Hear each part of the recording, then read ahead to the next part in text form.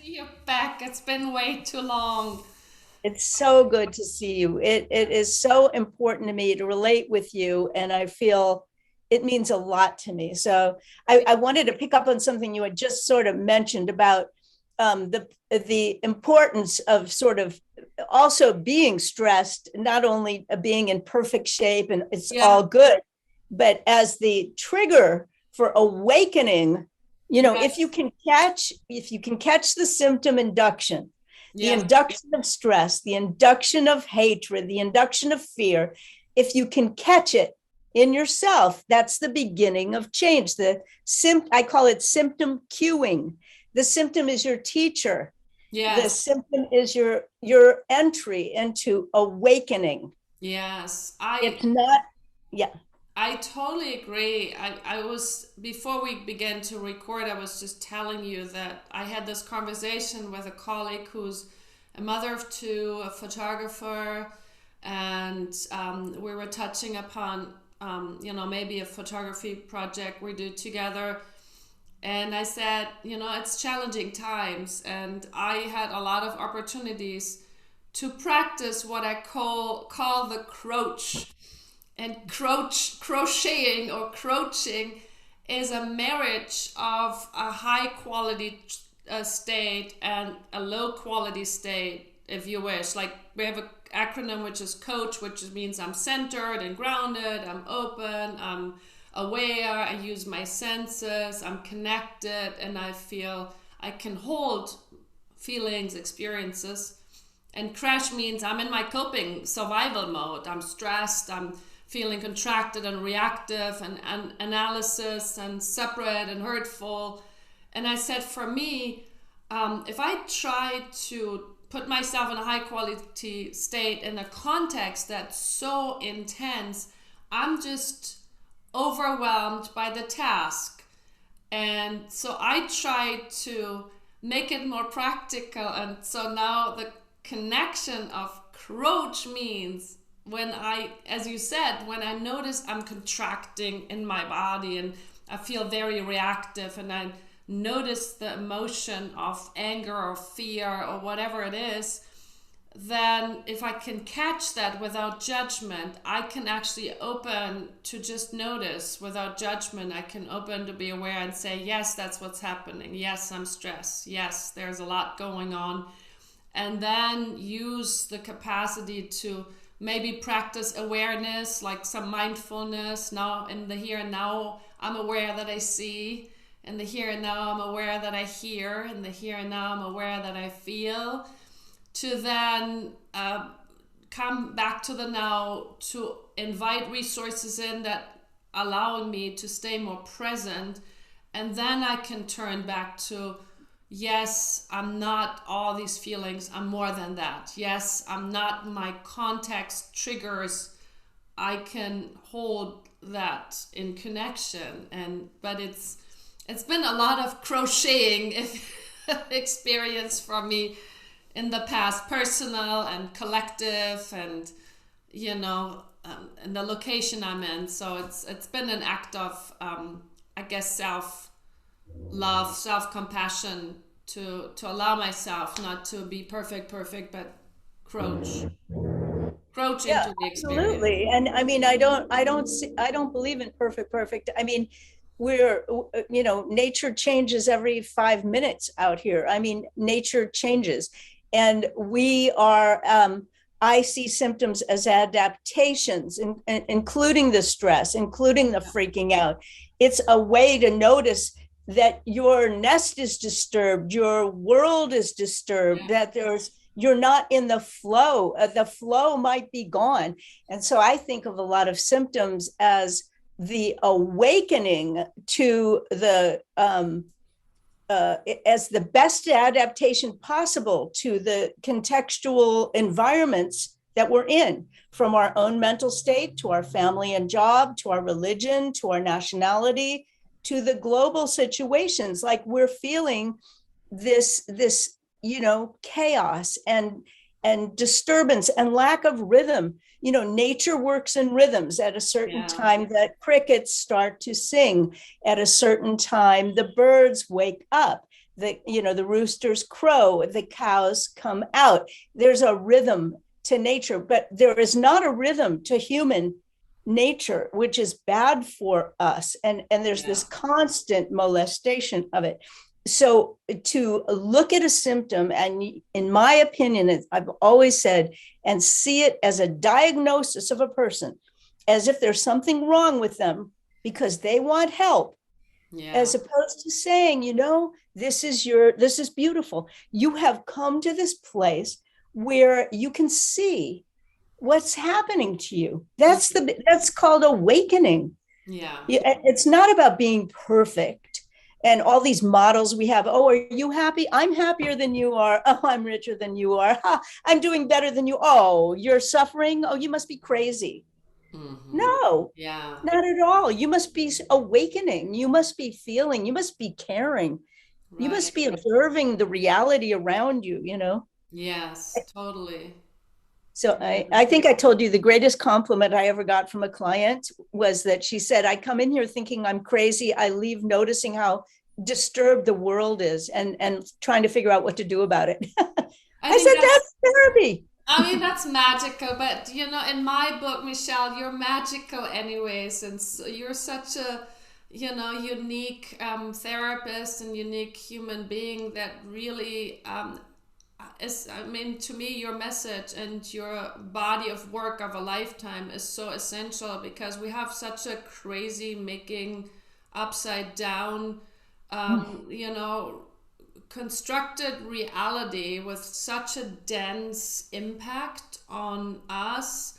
And it's so much in the field, and it has so many ripples. And I feel right now, me being located here in Germany, all the unattended and unhealed wounds of our past, of First World War, Second World War, are now flying out and coming back into the conversation.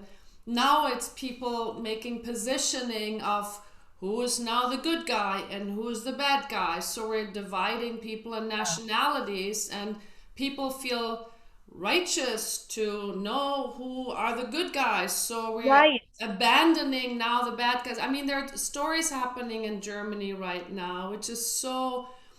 I'm so sad about that. Children who happen to have the wrong passport are not being invited to a kids' party. I mean, what do kids have to do with a political situation that is so tragic, and there's so much suffering there anyways? I mean, I have a group of people right now that is, mixed from all nationalities. And I was asked if I could talk a little bit about, supporting therapists, how they can be helpful if they are experiencing the inner war of, being terrified and, feeling the horror of their own personal story being involved and their own overwhelmed feelings. And I said, listen, first of all, obviously I'm not an expert and knowing enough details about the political situation, all the background, and I will not make any of those statements. And second, it's such a deep, there's so many deep experience. All I can do is spend time and hold a space that will equally validate that they're suffering, no matter what nationality, no matter what age, no matter what language you speak. There is just suffering, and what we can talk is about equally making a space for everybody involved. And I'm not bringing in any judgments about good or bad or right or wrong. To me, and this is why I'm value so much our dialogues, is that I do not see a way forward for the species if we do not have an ecology of love. And that doesn't mean not to take a stance, not to fight for somebody who you see being violated right in front of your eyes. Sure. Of course not. I'm not a pacifist in that regard. But, as a healer, the ability to love and to utilize that, which is not a simple thing to do. That's what I really want to talk to you about. How do we do that? How do we do that? Is like, it's as critical as saving the water supplies of the world, the forests of the world, and the endangered species. There are endangered human emotions. Yeah. And if we do not tolerate any further, which are very at risk, in my opinion, I don't want to get preachy, but compassion and empathy and love are endangered. It's not a joke. I've been trying to, like, I don't know how to say it better than to say it grieves my heart to see the manifestations of quick animosity and hatred. I wanted to mention, I was, a little Jewish woman. I was hired by a German group in the United States. It was a great honor after the Berlin Wall came down. Right. And at the end of it, East and West German, I said to them, well, did the workshop help you at all? And they said, oh, yes. Now we only hate each other as Bavarian and Prussian. What you're saying is, we go back. It's not like these animosities are new. No. For anywhere in the world. And, and we can go back to ancient resentments. It's easy to do, right? Yeah. Or like you're saying, see, what you're advocating, in my opinion, which I treasure, makes me want to cry, is how do we really embody something other than that without our openness harming us? Yes, I agree. I want to share a little story. I went to my dad's office because I wanted to pay him a quick visit. I haven't been in the office for a long time. As you know, I left the company. And so it was sometimes tricky for me to go back, and I took my time. So anyways, I wanted to visit and had the dogs of my partner with me because I thought this would be really fun for them. And they just dragged me different directions, so I couldn't keep them on the leash. So sure enough, they're like flying into the offices, and all of a sudden there was aliveness. There was, awakening happening. Before it was pretty calm down. Anyways, I came out of the office from my dad. We shared a little coffee sip together, and then off I went. And again, the doggies escaped, and they went into one office, and then two employees who I never met introduced themselves, because I said, hey, I'm Eva. I'm, the second daughter of my, of Valentine here. I would like to introduce myself. And the first one was a Spanish one, and the second one said, I'm Russian. And then I could see her hesitation and looking at me, and I said, for what it's worth, and it may not fit, but I actually, as a representative here in my country, would like to apologize to whatever possible tension you may receive right now. And she teared up immediately, and she said, I'm German Russian. In Russia, I am not wanted. I'm the foreigner. Here, now I have to hide. I cannot even explain myself. And I said, it's so terrible. Dark. It's so terrible, Eva, because what happens with war is who suffers is the people, and who benefits is very, very wealthy corporations. And it really has nothing to do with democracy or the betterment of life. It's usually really just harms. What do Russian people have to do with the fact that they have had to live under a capitalist dictatorship? I'm sorry, but they're the ones suffering. Their bank accounts are being closed. The Russians are going to be starving and impoverished from this. It's not glorious for Russians. It wasn't glorious for most Germans to have the Nazi regime. It did not make life wonderful for the majority of people. It did not. It's a myth, and it's one of the things I want us to talk about either today or another time is there is a part of the human being that wants to be led. There are power structures, and like there's a great poem by William Carlos Williams called "At the Ball Game." And at the ball game, he talks about watching a sport. The crowd is very loving and wonderful. And then all of a sudden they turn and they're vicious. And, he says, the Jew gets it, the gypsy gets it. All of a sudden they turn as one body.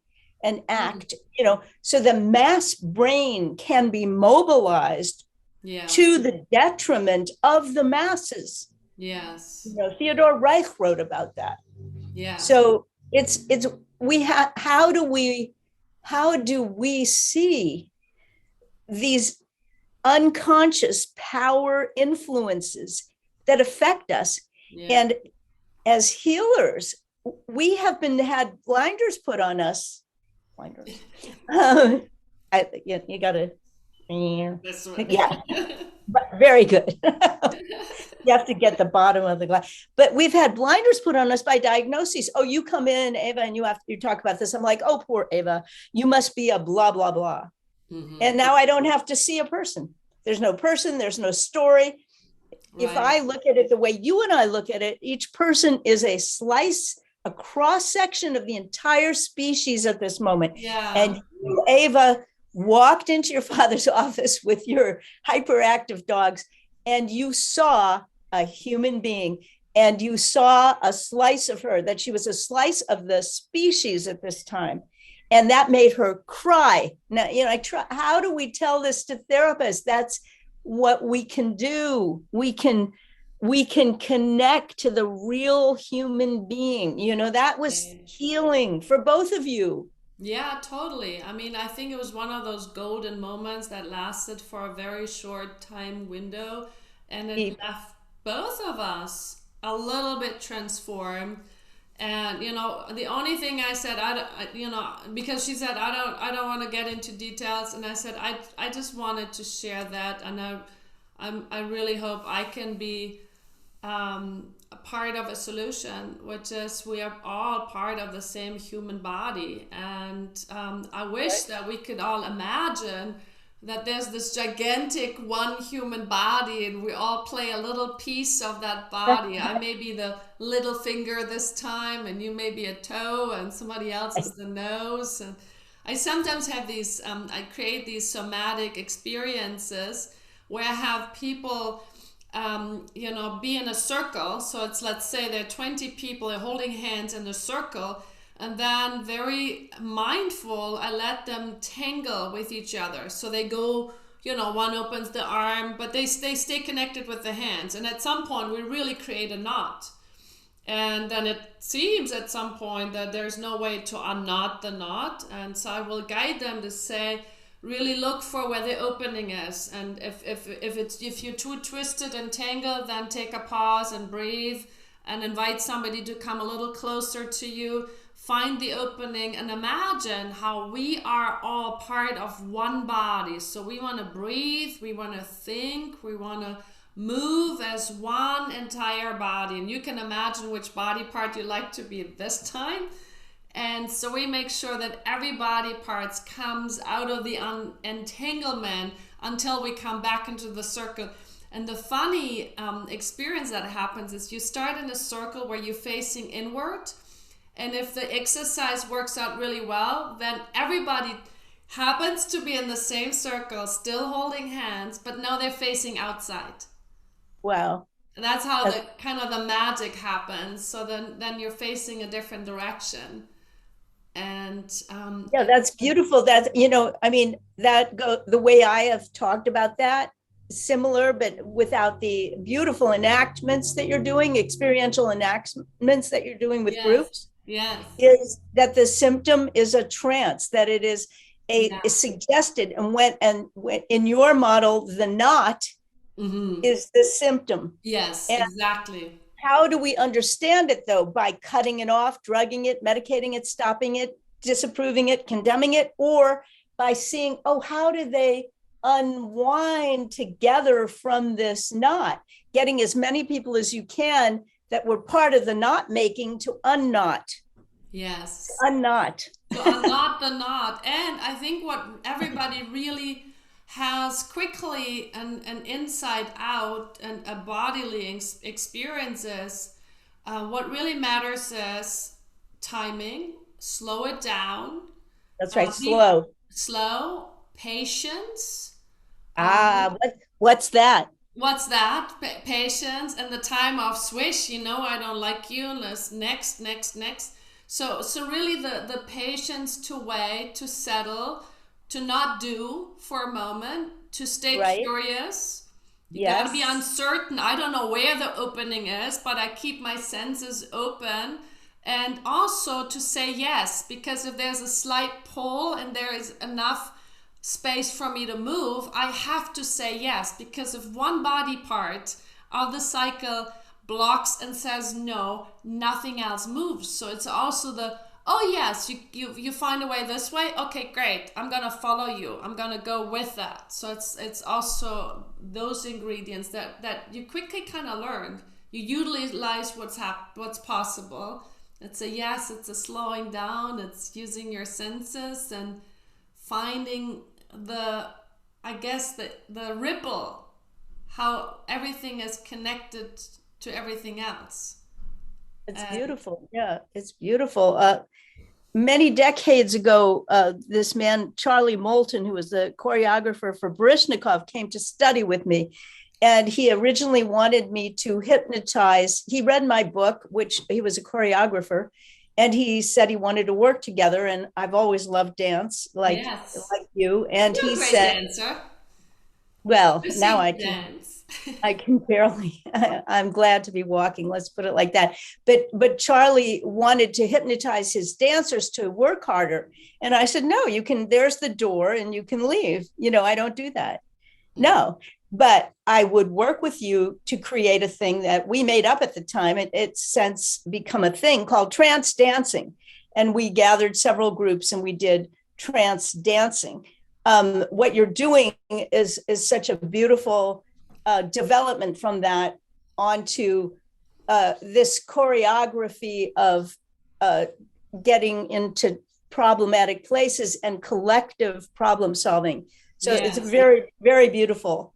It's quite the opposite of what he originally intended, yes, and yes. it's very in keeping. It's very beautiful. My hat goes off to you. And Mm. yeah, and I think, one of the things I wanted to be sure to talk about is that any form of healing, and there are things that both you and I do that I hope other people don't take for granted, the underpinnings that healing is a mutually dignifying process of gift exchange. Yeah. And there in anthropology, when one tribe meets another, they either go to war Mm. or they exchange gifts. I Mm. give you a sheep, you give me your vegetables, I love we that. become friends. We do a cooperative exchange of Yeah. gifts. And that happens naturally. Whether it's a simple thing like you look beautiful, oh, you do too. If it's heartfelt and mutual, we're both elevated and dignified. Yes. And what I would like therapists of future generations to understand is therapy is one of the last remaining ways, if we do it properly, to have a mutually dignifying experience with other human beings, Mm. where there's no winner or loser. We all are empowered by it. We all feel better, and no one was hurt in the process. No one had to be stomped on. No one had to be humiliated or debased. There was only elevation. And Yeah. that process is called prestation, and it's in everything I've ever written. I do see that more as a feminine model, if you will, which could be Yes. done by men or women, but that the emphasis cooperation and gift exchange. I wanted to call the chapter in my book Gift Exchange, and the publisher would not allow me to do it. He said, that's ridiculous. No one will read it. It has to be exchanges of power in the therapeutic relationship. I love the term gift exchange. I know. I write it. I call it all gift exchange in the chapter, but he would Yeah. not let me title it gift Wow. exchange. He said, no one will read that in your field.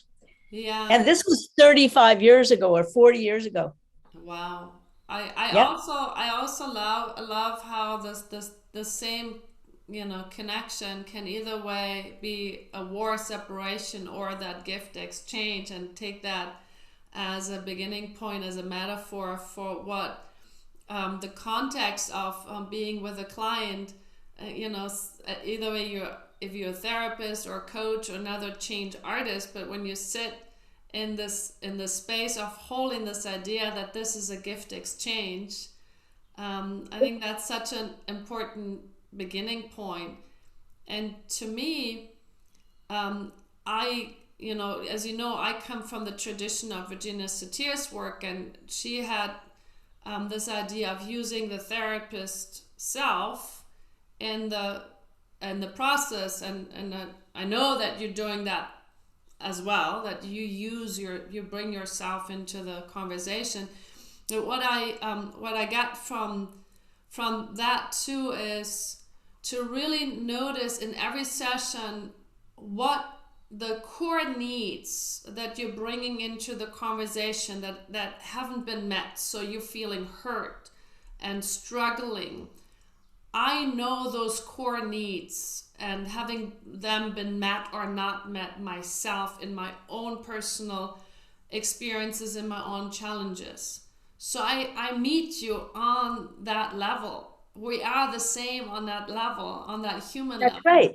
And the way specifically how you experience that, I really want to listen deeply. I really want to open my eyes, my heart, and my senses so that I get your story. So I'm not putting my story into yours and telling you I know exactly what you're going through, because I don't.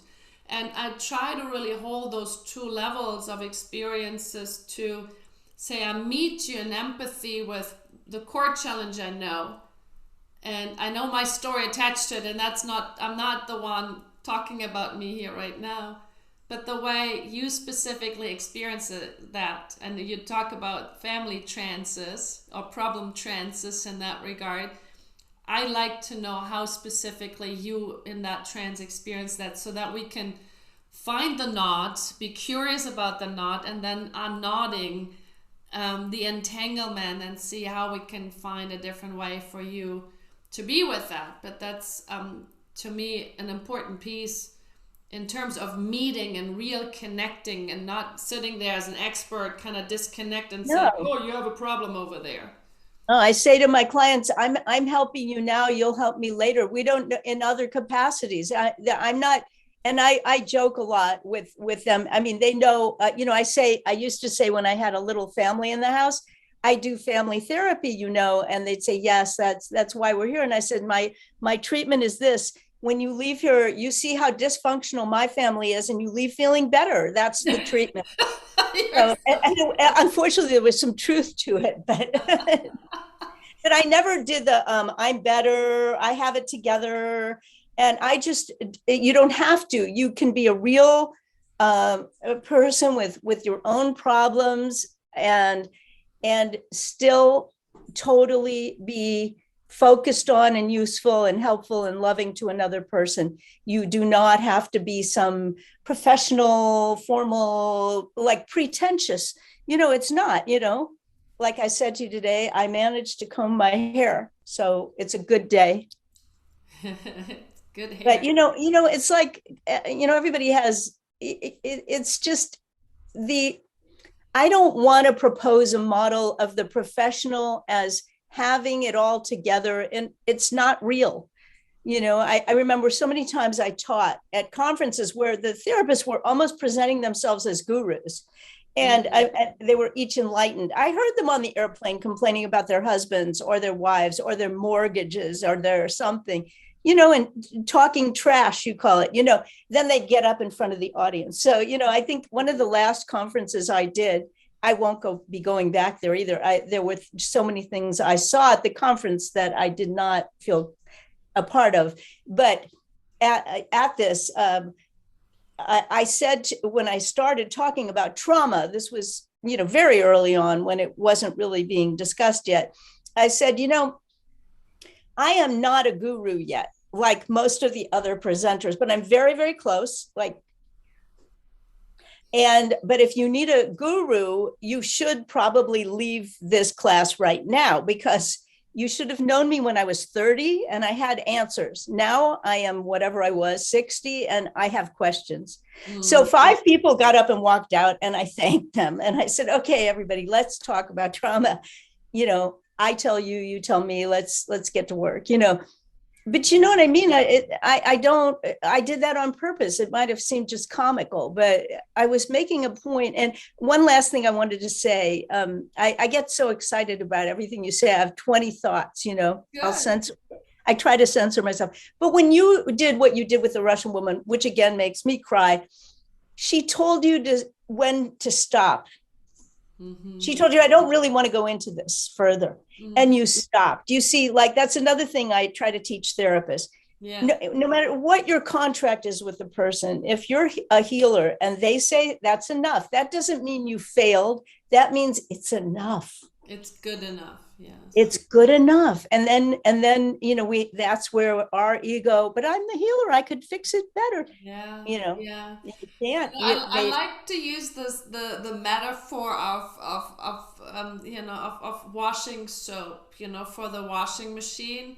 I Yeah, said, more washing soap is not making it more clean. You just have that's to right. take the right amount. We tend to have this more washing soap, more clean. No, it's not. I come from the cleaning business, and no, you have to go exactly to the, measure it. It's just enough, and that will make it clean. And I think it's the same for us. If I mean, I know it in myself. I sometimes get so excited about wanting to support that I may overdo it, and I Yeah. feel with maturity it's getting a lot better to allow myself enough is enough, and to really listen with all my senses, like listening by seeing the cues, and listening by really listening into with my ears, and listening with my heart to feel the vibrational frequency of saying, okay, here is something that says, okay, it's enough. And also reading the whole body language that is congruently saying, okay, great, that works, and let's leave it there, and just honor that. I think it's also a way of staying on eye level, keeping on eye level, and saying, I get you, there's so much integrity, and I honor that integrity, and it allows me to honor my boundaries and integrities, and all the rest of it too. So thanks for educating me in that as well. Respect. It's Respect. you showed respect to me. You know, it's a word. When my father, weeks before he died, I asked him, what do you want for your birthday? And he was an immigrant from Europe who fled Poland. And he said, all I want is respect. And Yeah. I was an American born child, you know, what did I know? I was still fairly young. And I said, Dad, come on, what do you really want? I mean, what thing do you want? He said, I don't want anything. Yeah. I No, want respect. And I didn't understand that until years later. And I thought, yeah. you know, that word barely exists in the United States. The only one who did anything with that was the singer. Um, I'm blanking on her name. Respect. Was that Dionne Warwick? Oh, is And it? Aretha Franklin. Aretha Is it Franklin. Aretha Franklin? Aretha. I just saw her movie. I was really touched by the Oh my movie. God. Yeah. But no one used that word. No one used that word growing up. Show respect. But you know, but it doesn't mean that the person is better than you or over you. It means it's, you know, respectful that we're human being, you know, it's an elevation of the species. We are a respectful creature. Oh, I wanted to say one thing also that I don't want to forget. So out here we have leafcutter ants. Have you ever seen have you seen, oh, you've got to see a video. Leafcutter ants will inherit the world. I mean, I'm convinced they are total team players. They understand, whatever that means, that they rise and fall as a group. They are a unibody. They can cover miles. They work totally collectively, and they are like a unibrain. You were saying the species is really a unibody, unibrain. Mm. These creatures, there are creatures that already got this message, and leafcutter ants, who will, you know, you will plant a plant, and that night the plant will be gone, and you'll see all these ants for miles, each one carrying a little leaf on its head. So you see walking I've seen that, green yeah. things. Yeah, walking green things, and you're like, huh. oh, that's my plant, or my plant. And they, you know what they do? They're taking their little piece of leaf as a team. If one of them falls down, they pick them up. They have guards along the way, and they're going to a hole, Mhm. and they deposit the leaves there. The leaves then ferment and produce a kind of wine for when it rains, and they go underground and party. I think that's the solution for the future. When Work in as a doubt, you team. party collectively. Well, so we can enjoy life. I mean, they work together. They help each other every second. They work incessantly, and then when the bad weather hits, metaphorically the bad times, they're underground. Dancing and They're drinking singing. and partying and all along. I love that. That's amazing. So there's the one thing that I really want your expertise on. I mean, you talk about how, love in the relationship of the therapeutic context, and I feel, there's so much talk about love, but to me, it's also a verb. It's a piece of artistry. It's something that you need to practice. It's not just given. It's there. It's a commitment. It's a piece of art to really make happen. And I wonder if you can talk a little bit more about that. Well, I have so much to learn. When I was 28 or whatever, talking to Erickson, I said, "Oh, I know what love is." I said to him, "It's one brick on top of another." And he said, "Oh, young lady, you know nothing whatsoever about love." And I was shocked, like, ah. He said, "It's grain of sand on grain of sand." Hmm. I'll send you, I made a little embroidery of it. I'll send you a picture. Grain of sand on grain of sand. So yes, it's a practice.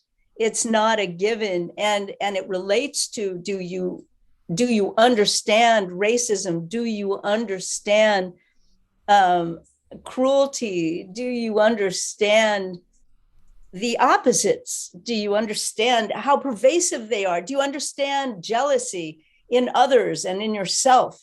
Yeah. I mean, it's not like you just go, oh, kumbaya, and let's love and everything. I mean, the Dalai Lama didn't do that. Thich Nhat Hanh didn't do that. Mm. They had to deal with their countries being destroyed and their people being murdered in front of them and all kind of stuff to really be able to authentically give a message of love, Yeah. and that's what I feel like, you know, at least I aspire to love. Yeah. I think I love, but I know I aspire to love better, more, to really know the meaning of it on a global level. Right. Would you say you have like a pre-practice that you do before you sit with somebody? Oh yeah.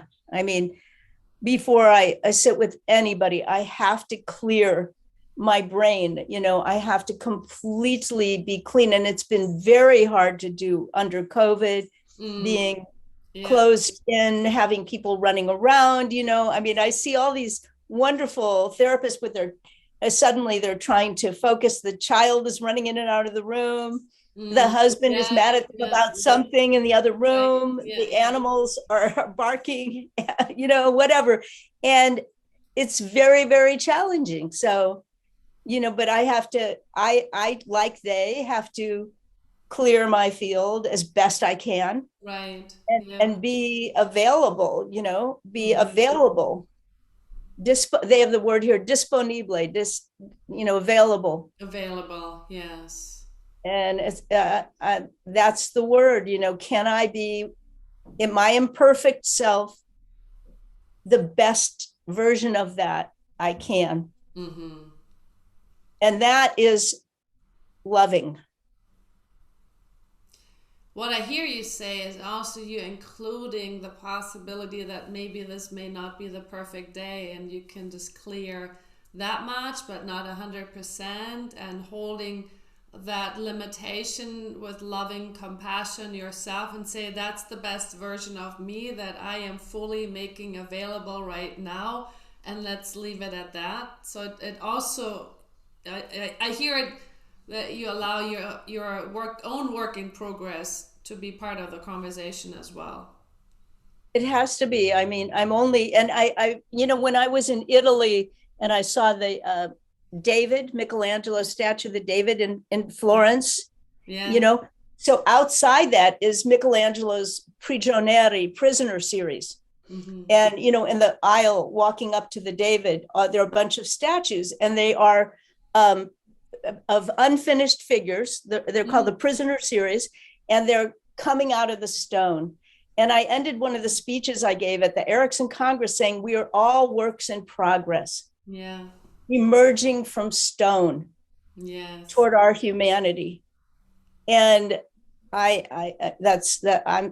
emerging from the slime and the stone and the rot and decay of other things that have gone into making my life possible. Right. I love that. I mean, I think it really connects to what I talked about, the crouching, so that I allow my own crash to be part of the conversation, not trying to suppress it or push it away or put it under the blanket.